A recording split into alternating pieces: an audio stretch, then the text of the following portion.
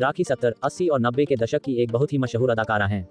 उन्होंने भारतीय सिनेमा को शर्मीली, दाग, कभी कभी, तपस्या जैसी दसियों सुपरहिट क्लासिक फिल्में दी। राखी ने फिल्मी करियर में जितनी कामयाबी हासिल की उतनी सफल उनकी निजी जिंदगी नहीं रही। उन्होंने 2 शादियां की। उनकी पहली शादी तब हुई जब वे महज 16 साल की थी। उनकी पहली शादी साल 1963 में बंगाली पत्रकार अजय बिश्वास से हुई थी, लेकिन 2 साल में दोनों अलग हो गए। इसके बाद दूसरी शादी उन्होंने लेखक, गीतकार गुलजार से की, हालांकि यह भी सफल नहीं रही। करियर की लगभग शुरुआत में ही उन्होंने 1973 में लेजेंडरी निर्देशक, कवि और कहानीकार गुलजार से शादी कर ली थी। उन्होंने अपने करियर में कई बेहतरीन और हिट फिल्में दी हैं। हीरोइन से लेकर बहन और मां तक के किरदार में राखी ने ऐसे जज्बात दिखाए कि दर्शकों को उनका हर किरदार याद रह गया। उन्हें नेशनल अवार्ड और पद्मश्री पुरस्कार जैसे पुरस्कारों से भी नवाजा गया। मालूम हो कि अपने करियर के शीर्ष पर राखी ने गीतकार और निर्देशक गुलजार से शादी करने का फैसला किया था। 15 मई 1973 को राखी और गुलजार शादी के बंधन में बंध गए थे। उनकी शादी के कुछ वक्त बाद बेटी मेघना का जन्म हुआ, लेकिन 1 साल भी नहीं बीता कि राखी और गुलजार के रिश्तों में खटास आ गई।